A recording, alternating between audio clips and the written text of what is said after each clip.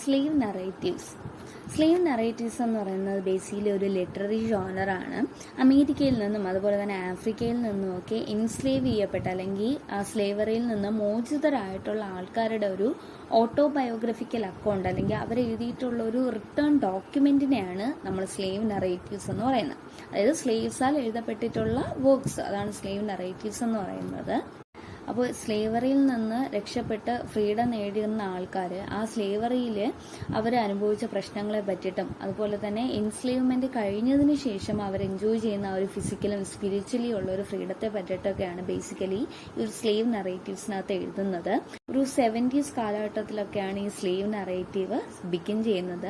And 1703 തൊട്ട് 1944 വരെ എടുക്കുകയാണെങ്കിൽ ഏകദേശം 6000 കൂടുതൽ സ്ലേവ് നറേറ്റീവ്സ് എഴുതപ്പെട്ടിട്ടുണ്ട് എന്നാണ് കൺസിഡർ ചെയ്യുന്നത്. ഈവൻ ദോ നമ്മുടെ സ്ലേവ് നറേറ്റീവ് സ്റ്റാർട്ട് ചെയ്യുന്നത് 17th സെഞ്ചുറിയിലാണെങ്കിലും 18th സെഞ്ചുറിയൊക്കെ ആകുമ്പോഴാണ് സ്ലേവ് നറേറ്റീവ്സ് കുറച്ചുകൂടെയൊക്കെ പോപ്പുലർ ആയി തുടങ്ങുന്നത്.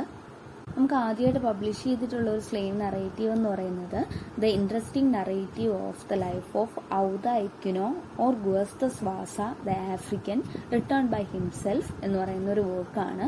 അപ്പോൾ ഇതാണ് ആദ്യത്തെ സ്ലേവ് നറേറ്റീവ്. ഇതിനേക്കാളും ഏറ്റവും കൂടുതൽ നമുക്ക് ലിറ്ററേച്ചറിൽ ഏറ്റവും കൂടുതൽ ഫേമസ് ആയിട്ടുള്ള സ്ലേവ് നറേറ്റീവ് അല്ലെങ്കിൽ ഏറ്റവും കൂടുതൽ ഇമ്പോർട്ടൻ്റ് ആയത് അതുപോലെ തന്നെ ഏറ്റവും കൂടുതൽ സെലിബ്രേറ്റ് ചെയ്യപ്പെട്ടിട്ടുള്ള ഒരു സ്ലേവ് നറേറ്റീവാണ് the narrative of the life of Frederick Douglass and American slave ഇത് റിട്ടേൺ ബൈ ഹിംസെൽഫ്. ഓക്കെ, അപ്പോൾ ഈ വർക്കാണ് നമുക്ക് ഏറ്റവും കൂടുതൽ ഫേമസ് ആയിട്ടുള്ള ഒരു ലിറ്ററേച്ചറിൽ ഇമ്പോർട്ടൻസ് ഉള്ള സ്ലേവ് നറേറ്റീവ് എന്ന് പറയുന്നത്. അപ്പോൾ ഇത്രയാണ് സ്ലേവ് നറേറ്റീവിനെ കുറിച്ച് ഇമ്പോർട്ടൻ്റ് ആയിട്ടുള്ള പോയിന്റ്സ്. Thank you.